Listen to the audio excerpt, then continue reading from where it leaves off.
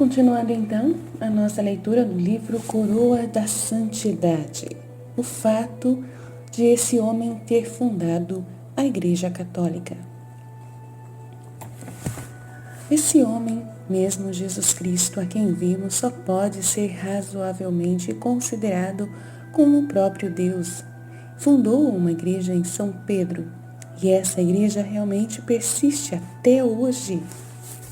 Pedro, a rocha com as chaves.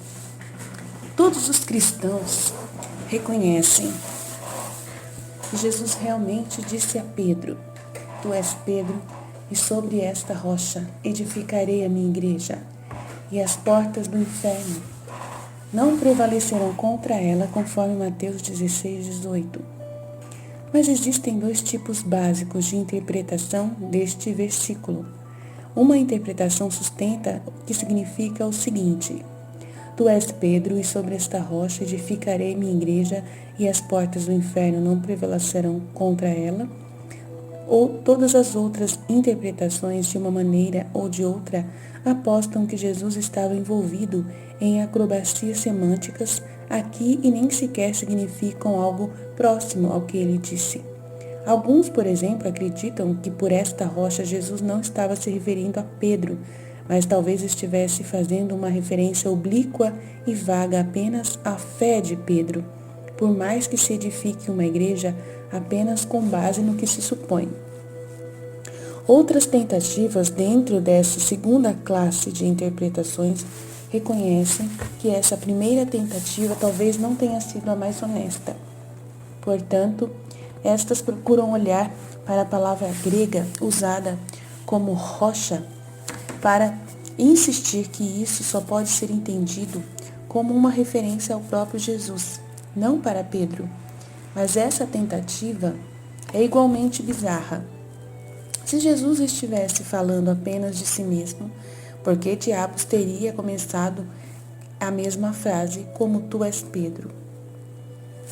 É esse o tipo de discurso que se poderia esperar de uma pessoa esquizofrênica ou mentalmente incapacitada, ou, na melhor das hipóteses, de uma criança pequena que ainda não entende como as frases funcionam, e não da wisdom incarnate. Além disso, essa interpretação não faz sentido quando se considera o próximo versículo, no qual Jesus diz: Eu darei a você as chaves do reino dos céus, e qualquer que seja que você amarrar na terra será amarrado no céu, e tudo que ligardes na terra, será ligado no céu. Lembramos-nos que ele ainda estava falando sobre Pedro, o homem que está diante dele, em termos vagos. Isso, é claro, é tudo além do fato de que qualquer católico considerar prontamente que o próprio Jesus é, de fato, a única pedra verdadeira sobre quem a igreja é construída, pois todos os católicos olham para Pedro e para qualquer papa que o segue como apenas um substituto indireto de Cristo após sua ascensão. Daí o título bem conhecido de qualquer papa, o Vigário de Cristo. Papas, assim como todos os cristãos, são pecadores, e como todos os cristãos, eles devem estar diante de Jesus Cristo no dia do julgamento para dar conta de suas vidas. Portanto, não é ilícito se referir à rocha da fé de Pedro, como até o catecismo católico. Mas isso não pode ser interpretado como a única coisa que Cristo quis dizer. Observe que o mesmo catecismo afirma claramente que Pedro, ele mesmo, é também a pedra inabalável da igreja. Jesus não deu simplesmente a Pedro uma bênção ou um mandato, caso em que até alguns buscadores sinceros da verdade podem supor que essa tarefa de ser o chefe vigário da igreja da terra morreu junto com Pedro. Em vez, Jesus deu a Pedro chaves, porque as chaves são algo que pode e realmente deve ser entregue ao próximo administrador, assim como o inquilino de uma casa deve sempre entregar as chaves para quem depois se mudar para ela. E embora o debate ainda não tenha terminado inteiramente, pois há relativamente poucos que afirmam que a sucessão apostólica genuína está em outro lugar, é um fato consumado que quem sempre teve as mesmas chaves que Jesus deu a Pedro é quem está sentado entronizado como bispo de Roma, Papa Francisco. Até o momento em que este artigo foi escrito, e antes dele, o Papa Bento XVI, depois o Papa São João Paulo II e assim por diante. Você tem dúvidas? Aqui está uma tarefa simples que qualquer pessoa pode concluir facilmente em cerca de 15 minutos. Vá agora para o computador mais próximo com acesso à internet. Navegue até a página atual do Papa em qualquer enciclopédia online e clique em precedido por ser levado à página do antecessor do Papa. Agora clique no mesmo link na página em que você se encontra e repita esse processo novamente. Faça isso cerca de 265 vezes e você estará subitamente na página do próprio Papa Pedro, cuja data de instalação como Papa será corretamente listada em 30 d.C., aproximadamente quando Jesus falou as palavras acima mencionadas a Pedro e entregou-lhes a chave. Agora incentivei esta tarefa simples apenas para dar uma ilustração clara da linha apropriada de sucessão apostólica. Isso por si só não prova meu ponto de vista. Como se poderia argumentar? Seguir com um galho de uma árvore até o tronco não prova nada definitivo sobre aquele galho em particular a partir do qual o processo começou. Vamos, portanto, considerar os outros ramos, para que possamos ver se alguns deles mostra a evidência de estar conectado ao tronco. Sem alternativas viáveis. Em seguida, devemos perguntar quem, além da Igreja Católica, pode, mesmo com uma cara séria, reivindicar essa sucessão, desde o próprio Jesus, com a mesma Igreja que lhe fundou? A Igreja da Inglaterra ou qualquer membro da comunhão anglicana? Alguém seriamente deseja se converter para se tornar um membro de uma igreja fundada por um rei, Henrique VIII, que ficou tão irado que a Igreja Católica não lhe concedeu um divórcio, que ele fundou uma nova igreja e exaltado ele mesmo como chefe, a fim de criar uma igreja que não atrapalhasse suas concupiscências e ambições?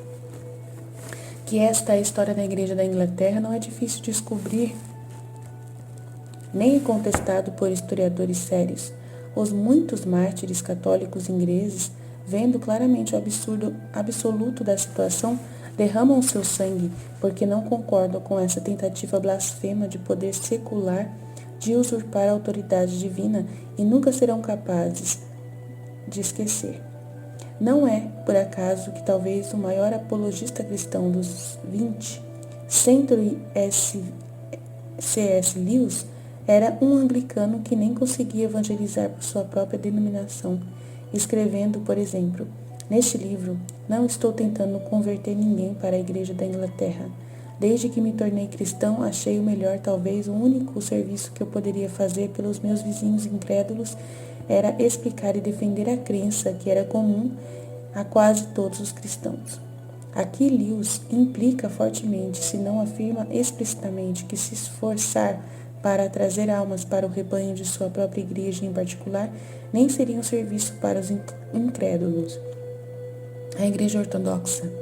Não podemos sequer falar de uma igreja ortodoxa, pois há muitas, e elas não estão em comunhão nem entre si, enquanto tudo ritos católicos estão em comunhão com o sucessor de Pedro.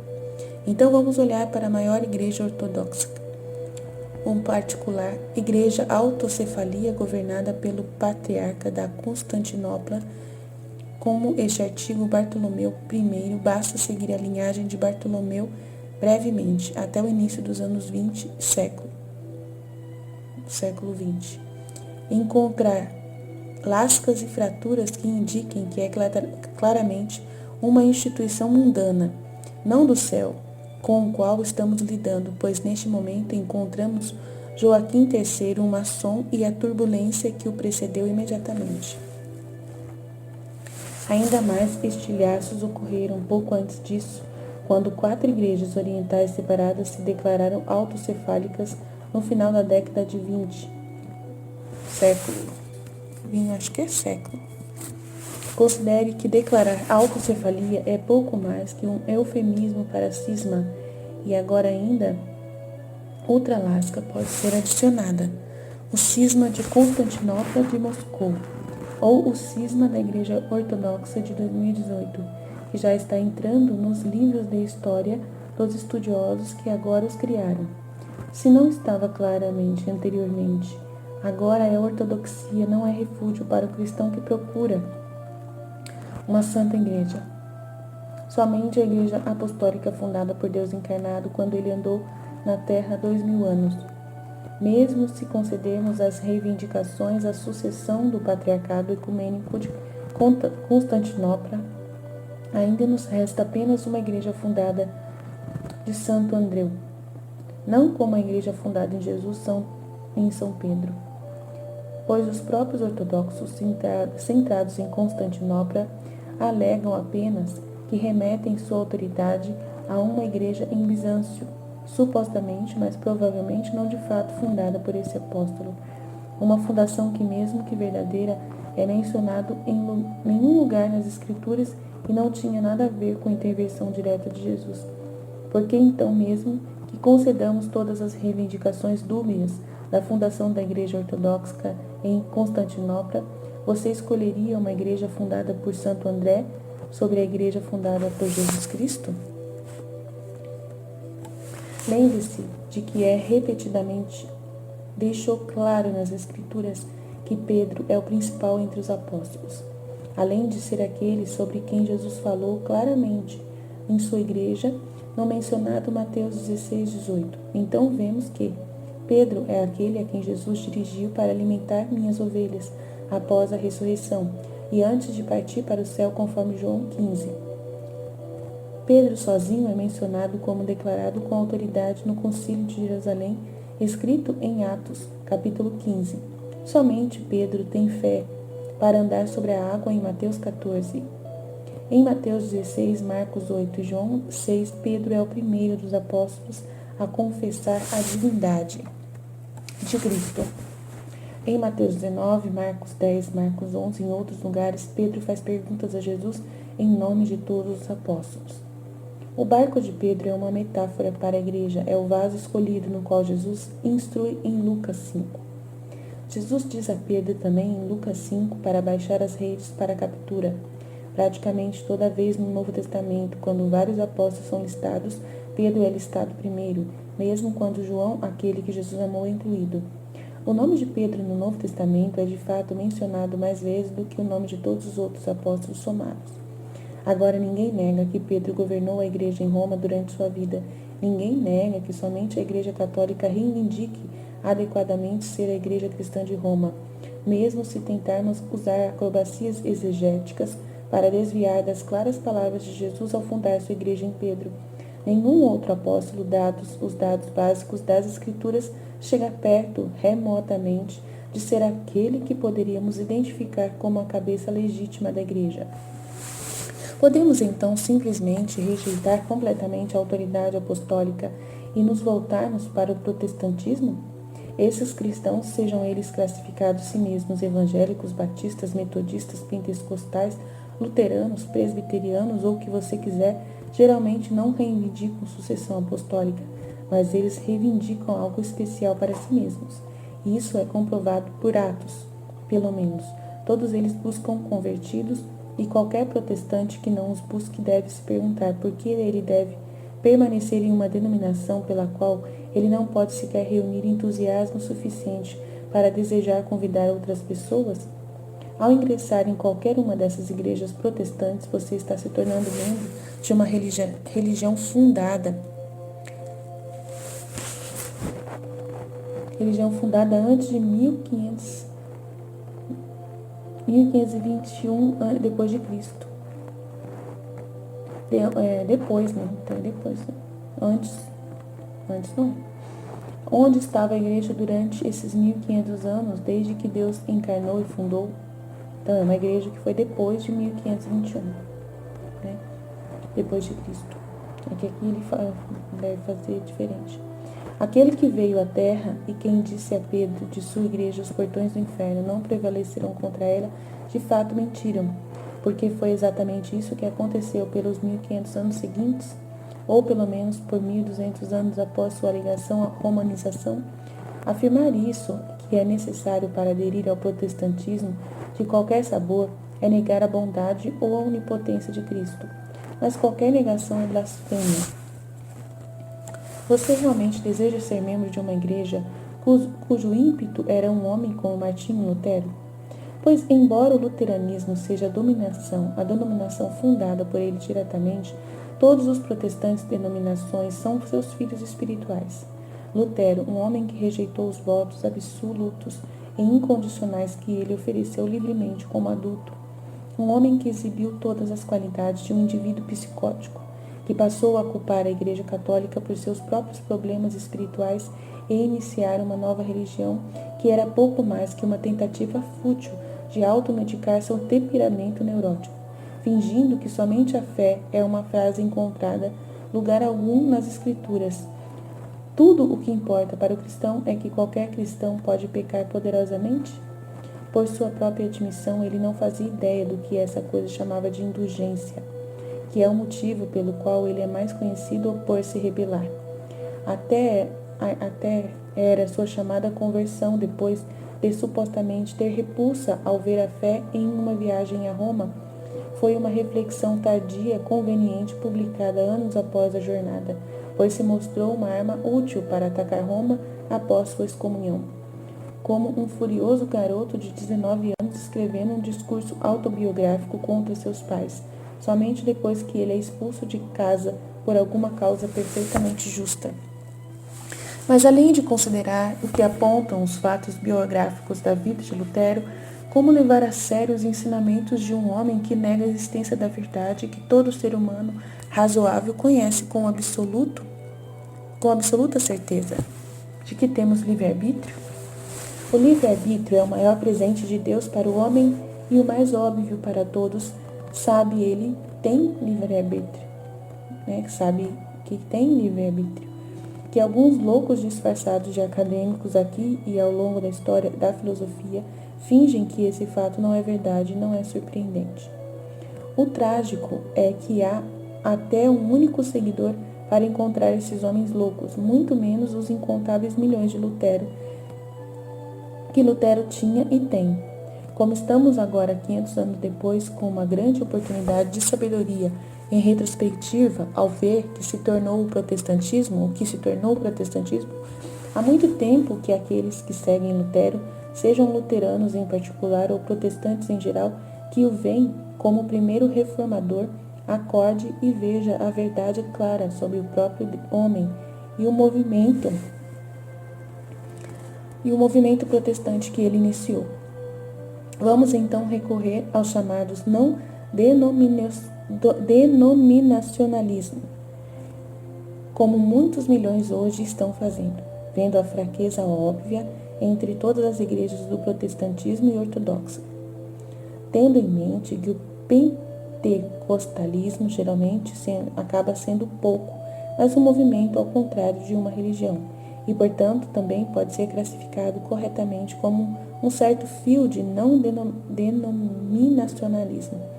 Às vezes, isso também vale para algumas versões do evangelismo, pois de fato não deveria haver denominações, pois Jesus orou para que todos fossem um. Então há reconhecimento, algo nobre na inspiração para esse movimento, mas também erra completamente o ponto, pois o não denominacionalismo tornou-se nada além de outra denominação, mais comum, mais fraquezas e males do que muitas das denominações que não têm medo de admitir que são denominações. E essas igrejas são tudo fruto da vontade humana, São tudo fruto da confusão humana, de se revoltar contra a Igreja de Cristo, de querer fazer suas próprias ideias, Tudo vontade humana, É a minha opinião. Tudo vontade humana.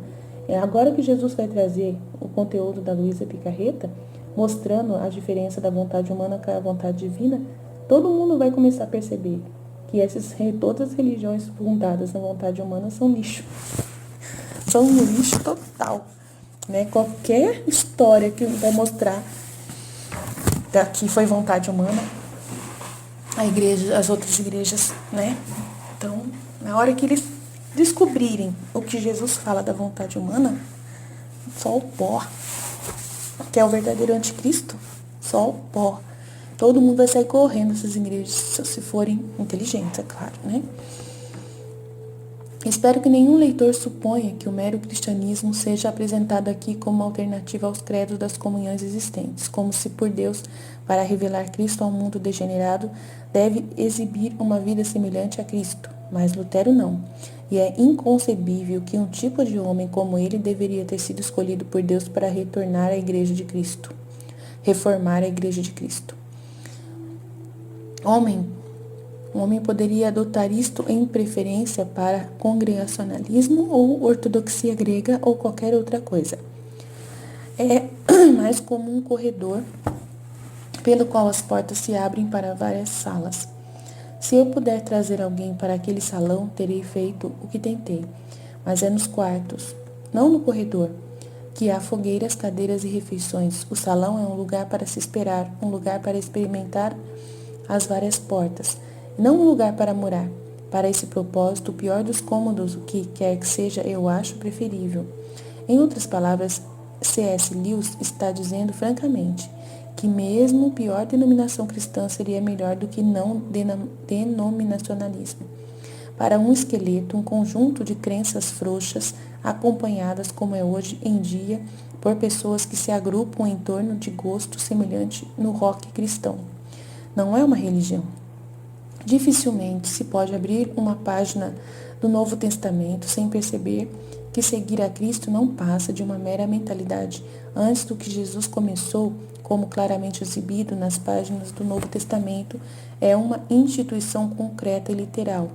Alguém com uma hierarquia real, sacramentos reais, regulamentos reais e uma necessidade real de se reunir regularmente no culto.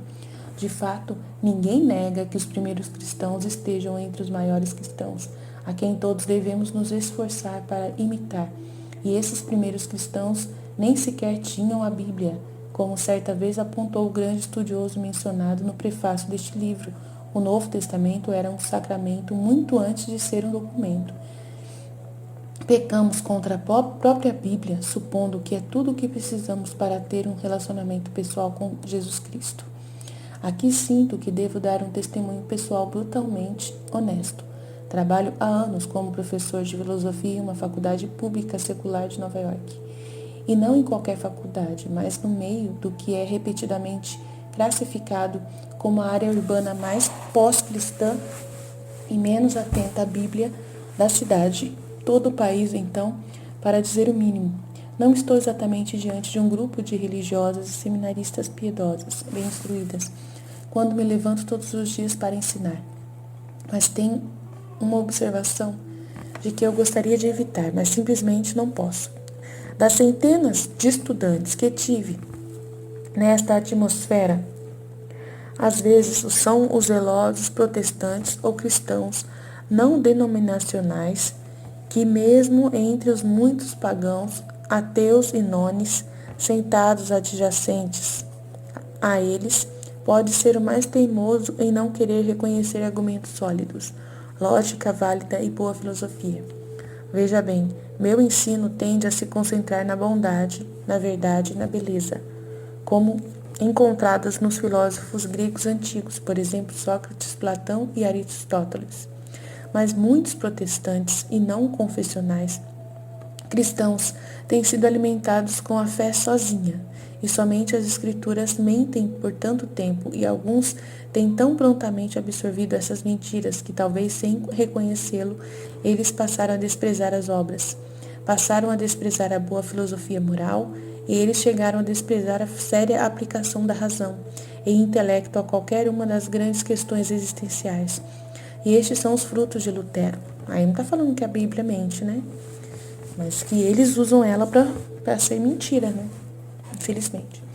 Oh, como eu gostaria de poder considerar protestantes e cristãos não denominacionais, acho que é igrejas que não tem uma denominação verdadeira, né? Como irmãos separados que têm praticamente toda a verdade e estão apenas perdidos em alguns detalhes. permitindo-me ignorar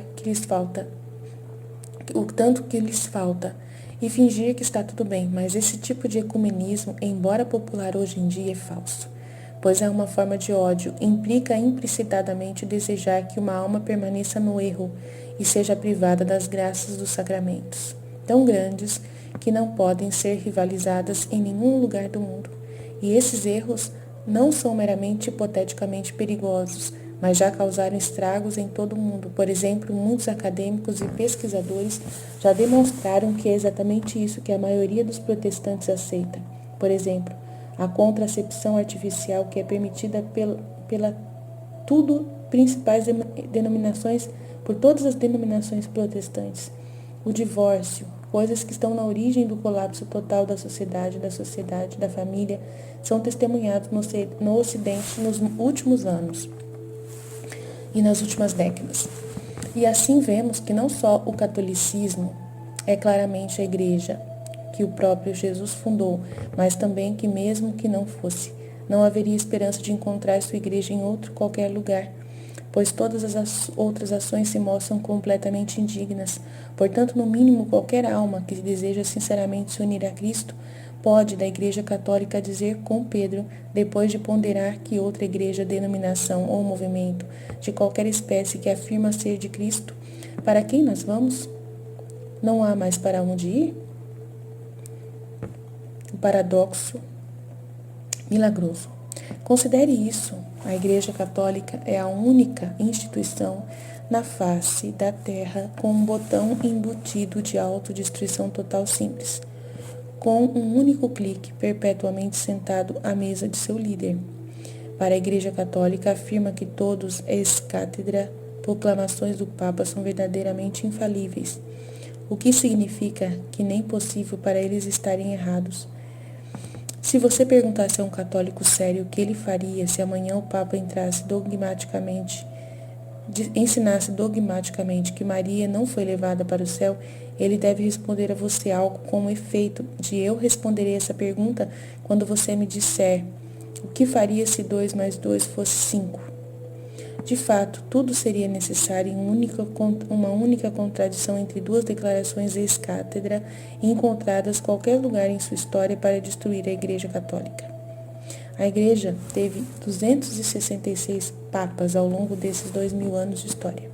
Alguns papas até foram totalmente maus, mas nenhum pressionou esse botão. É claro que sempre existem vários grupos tradicionalistas cismáticos alegando que o botão foi pressionado sempre, que suas próprias opiniões teológicas pessoais favoritas são derrubadas magistralmente, mas esses grupos inevitavelmente se fragmentam e desaparecem no esquecimento, pois não é difícil para qualquer observador justo ver claramente que o botão não foi pressionado. Os ensinamentos dogmáticos ex-cátedra da Igreja nunca se contradizem, nem eles nunca. Agora, essa restrição de pressionar o botão seria uma virtude admirável, mesmo que pertencesse apenas a uma pequena instituição que existe apenas por um curto período de tempo. Mas não é com isso que estamos lidando aqui. Estamos lidando com a maior e mais antiga instituição da história do mundo, que também é em seu design fundamental a instituição mais frágil que já existiu, em termos humanos e mundanos. Se essa consideração não lhe faltar muito sobre a origem e orientação divina da Igreja Católica, então você simplesmente não está pensando claramente. Pois assim como ninguém poderia negar a intervenção divina se um homem passeasse aleatoriamente por um campo minado, densamente lotado por quilômetros e escapasse ileso, enquanto muitos outros que faziam a mesma coisa eram explodidos em pedaços. Também ninguém que olha a história da Igreja Católica pode deixar de ver algo verdadeiramente milagroso nela. É claro que, embora possa não ter pisado em nenhuma dessas minas, a Igreja Católica viu seu quinhão de crises. Por isso, devemos considerar essa observação. A verdade da crise moderna. Não há pouca ironia aqui, pois escrevo essas palavras no meio da maior crise da história da Igreja Católica. Portanto, isso deve ser tratado explicitadamente, para que ninguém suponha falsamente que algo mudou e o argumento da sessão anterior não seja mais válido. Esse mal na igreja, embora em um nível agora histórico, não é fundamentalmente novo. A igreja não estava sem nenhum mal, mesmo quando Jesus era sua cabeça visível, pois naquele momento um 12º dos bispos, referente a Judas Iscariotes, um dos apóstolos, era absolutamente mau. O fato de a Igreja Católica ter sobrevivido e prosperado nesses 2000 anos, apesar de tais forças malignas procurarem separá-la, é novamente apenas mais uma prova de sua proteção e orientação divinas. Houve papas assassinos. Deus não permitiu que eles ensinassem heresia e assim desviassem seu rebanho. Houve falsidades acreditadas pela maioria do clero. Deus não permita que essas mentiras se tornaram parte do magistério, a autoridade de ensino da igreja. Houve grandes grupos de católicos maus que tentaram ultrapassar a igreja. Deus impediu a vitória deles. Sem o que afirmamos ser verdade, realmente é verdade que Deus enviou seu Espírito Santo para garantir que, como Jesus disse, os portões do inferno não prevaleceriam contra a igreja. Essa igreja nunca teria sobrevivido. Podemos ver que paradoxo milagroso discutido na última sessão se aplica não apenas à restrição de pressionar o botão, mas também à proteção divina em tantas outras áreas desfrutadas pelo catolicismo ao longo de seus 2000 anos de história. De fato, não importa quão danificado seu casco ou esfarrapado suas velas, a Igreja Católica continua sendo a nova arca, o refúgio seguro do dilúvio do pecado que agora está inundando o mundo inteiro. Seus ministros sacerdotes católicos podem ser imperfeitos, mas eles nos trazem aquele que é a própria perfeição, Jesus Cristo na Eucaristia e seu sangue derramado por nós novamente no sacramento da confissão. Ela, Santa Mãe Igreja, o levará para casa profundamente a Deus, se você não permitir que a visão de roupas esfarrapadas nas costas de sua mãe faça com que você a rejeite. Também não permita que o mal que você vê na Igreja Católica deixe seu amor materno por você. Ela é a noiva de Cristo, assim como seu corpo. Ele é a única cabeça e ela é o único corpo, fora do qual não há vida eterna, da qual se nos separamos, murchamos e morremos. Mas, quão pouco nos cobrimos aqui. Vejo santos, tantos milhares deles. Cada vez foi pisoteado o mundo sob seus pés. Cada um herói valendo 1000 biografias. Cada página, por sua vez, poderia estar cheia de luz que ofusque o coração mais duro. Veja o fluxo constante de milagres, de quando, há 2000 anos, até a mera sombra de São Pedro curou os enfermos.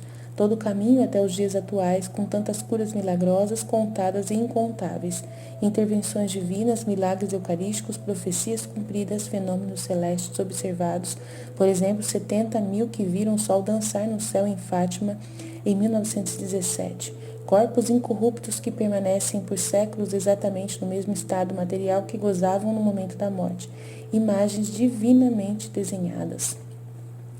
A imagem de Nossa Senhora de Guadalupe, vitórias impossíveis conquistadas, por exemplo, na Batalha de Lepanto através da intercessão de Nossa Senhora do Rosário, e a lista é contínua.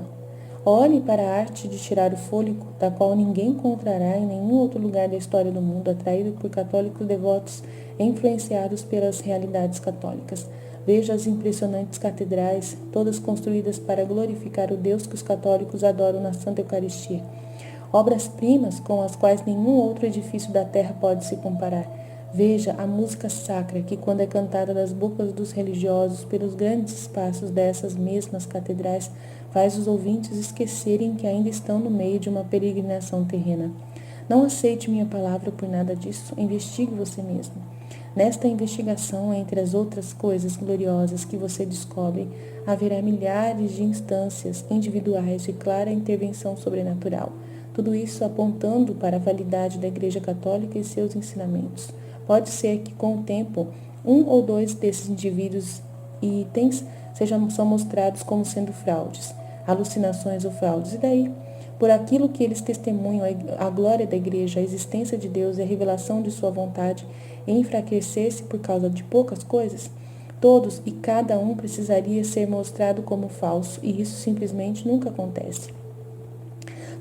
Tentar provar cada uma dessas falsas seria fácil em comparação com os esforços de um teórico da conspiração para provar a todos os astronautas uma fraude em seus esforços para argumentar por uma terra plana. Tudo isto, caro leitor, é obra de Deus, não obra de homem. A Igreja Católica é sua igreja. Já faz 2000 anos e ela será até o fim dos tempos. Nosso dever atual dado estas fundações. Então aqui estamos nós. Nossa fundação como católicos foi examinada e é absolutamente sólida, absolutamente à prova de balas, absolutamente certo.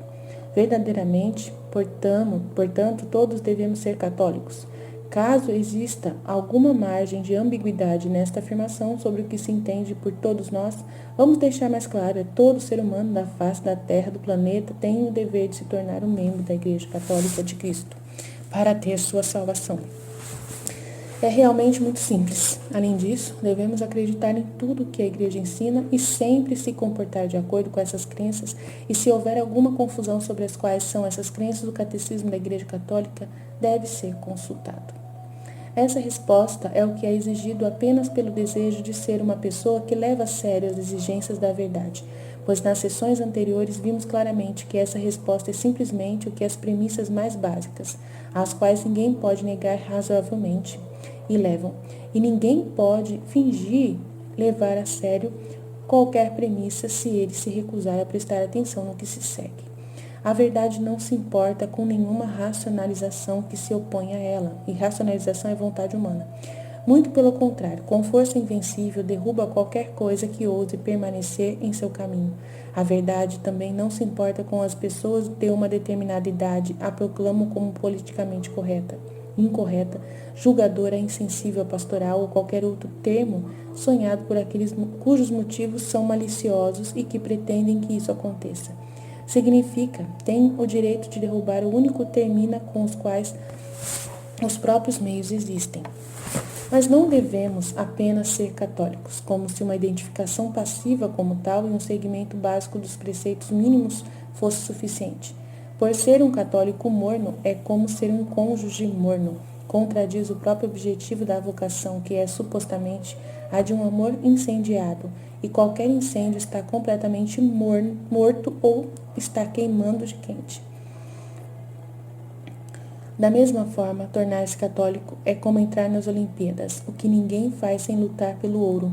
Mas não precisamos apenas ponderar analogias. Ser católico certamente implica pelo menos uma crença firme em todos os ensinamentos da Igreja Católica, e dentre esses ensinamentos é encontrado o apelo universal à santidade, isto é, o ensino dogmático de que todo e qualquer católico é chamado à perfeita santidade e santidade. Portanto, além de católicos, todos devemos nos esforçar para ser os melhores católicos possíveis, não meramente afirmando superficialmente a crença dos ensinamentos da Igreja, mas provando o mesmo com o nosso comportamento. Mas essa prova, por sua vez, não existe se não adotamos a abordagem autenticamente católica para tudo, que inclui a abordagem autenticamente católica da revelação privada, que é o que passamos a considerar agora. Pois, de fato, ser católico e ter certeza da verdade da fé, como todo católico deveria ser, não é, contudo, uma desculpa para fechar a mente, cruzar os braços e fechar os punhos. Esses mesmos ensinamentos sobre os quais temos certeza nos dão uma base sólida para se sustentar e uma cerca segura que guarda à beira de um penhasco. Não uma caverna para se arrastar e se esconder, embora muitos, infelizmente, o usem apenas para esse propósito perverso. De fato, é precisamente esse mesmo fundamento, essas mesmas 3 verdades essenciais que nos obrigam, e se as levamos a sério, e a continuar e a perceber que não há como fingir o chamado para seguir as revelações dadas a Luísa Picarreta. Em outras palavras, é precisamente porque queremos ser os melhores católicos possíveis que devemos seguir as revelações de Luísa. Mas antes de abordar a questão de discernir revelações privadas e discernir as de Luísa em particular, devemos primeiro abordar a importância da revelação privada em geral. Infelizmente, muito falta de informação nos círculos católicos sobre essa questão. Revelação privada em geral. Infelizmente, houve-se sentimentos com os seguintes expressos regularmente em alguns círculos católicos. A revelação privada é desnecessária, a fé católica só é suficiente. Temos as escrituras, tradição e magistério. Por que precisaríamos de todas essas outras coisas estranhas? É tudo apenas uma distração. Na verdade, tenho sido bastante generoso em redigir esses sentimentos, pois geralmente aqueles que os expressam se contradizem, enquanto continuam sua palestra para incluir o rosário em uma lista de coisas que são suficientes e impedem a necessidade de revelação particular.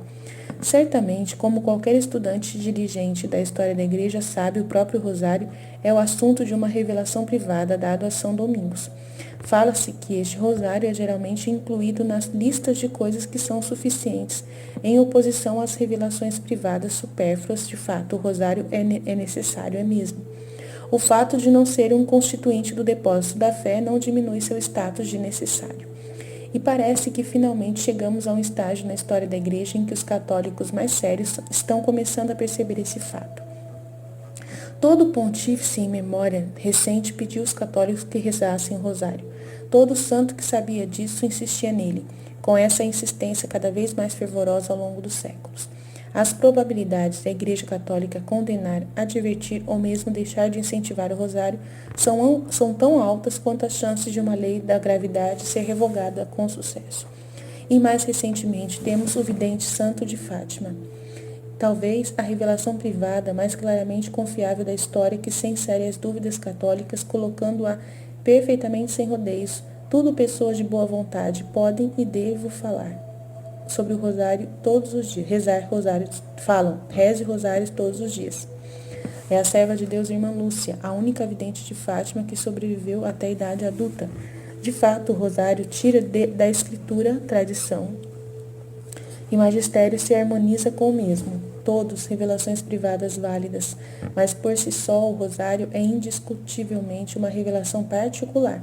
Devemos sempre lembrar, portanto, aquele tudo que alguém diz categoricamente sobre revelação particular, também diz sobre o rosário, que mostramos aqui é necessário e cujo escatológico importância está nesse final o confronto que a igreja está enfrentando. Agora é quase impossível superestimar. E o que quer que alguém diga sobre revelação particular, ele diz não apenas sobre o rosário, mas também a devoção dos corações sagrados e imaculados, a medalha milagrosa, o escapulário marrom, a divina misericórdia de Santa Faustina, por exemplo, a imagem e o terço, a Nossa Senhora de Guadalupe, de Fátima, de Lourdes, etc. E a lista é contínua. Além disso, embora a Eucaristia e a confissão obviamente não sejam resultado de revelações particulares, a enorme ênfase que lhes é devida, por exemplo, a importância da comunhão diária, a confissão frequente, menos mensalmente a Eucaristia e a adoração, é grande parte também é revelação privada. De fato, não existe revelação privada, se for privada, se estende apenas destinado a ser ouvidos e atendidos por aqueles que se sentem atraídos por ela. Sabemos pelas Escrituras antes que quem profetiza edifica a igreja, e que os extraordinários carismas do Espírito Santo, dos quais a profecia é uma, existem não para a própria santificação, mas para a santificação da igreja.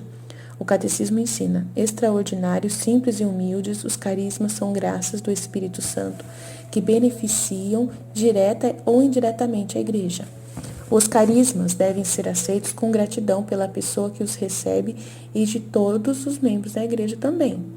São uma graça maravilhosamente rica pela vitalidade apostólica e pela santidade de todo o corpo de Cristo. Catecismo da Igreja Católica.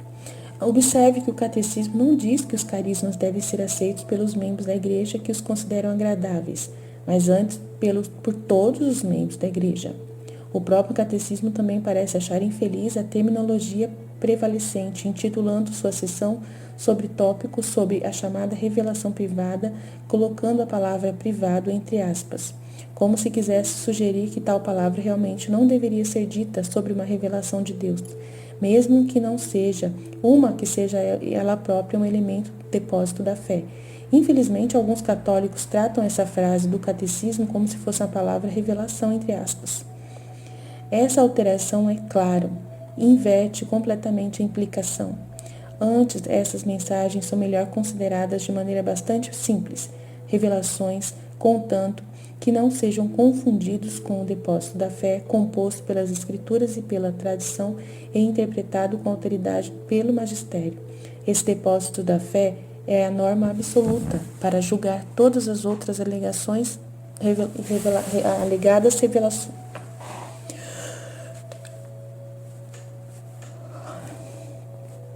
Incluindo da Luísa Picarreta. E este depósito sozinho exige universalmente o consentimento da fé católica sobrenatural. Mas é aí que as limitações da revelação privada param, embora alguns apologistas leigos da carreira, nas últimas décadas, tenham decidido estender radicalmente essas limitações e promover a mentira de que as únicas coisas que um homem deve sempre prestar atenção são as demandas magisteriais específicas da própria fé católica. Aqui devo perguntar, é ousado demais para mim ponderar se alguns católicos zelosos exteriormente realmente veem, em substância, a intervenção direta do céu no mundo, como uma competição por seus próprios apostolados cuidadosamente estrategicamente, isto é, empreendimentos comerciais e royalties de venda de livros, pois no dia do julgamento será revelado que muitos que agora se apresentam como os grandes promotores e defensores da Igreja da Verdade eram os maiores obstáculos à vontade de Deus, causando mais danos a Deus e aos seus planos para o mundo do que é hoje, forjado mesmo por aqueles que se dedicam explicitadamente à mesma tarefa. Pois naquele dia terrível as palavras de C.S. Lewis a respeito serão justificadas. Veremos pela primeira vez cada um como ele realmente é. Haverá surpresas. Então ficamos por aqui e amanhã a gente continua falando sobre os semeadores da discórdia na igreja. E continuando a caminhada. Falando sobre revelação particular, sobre essas revelações privadas. Amém? Jesus, eu confio em vós.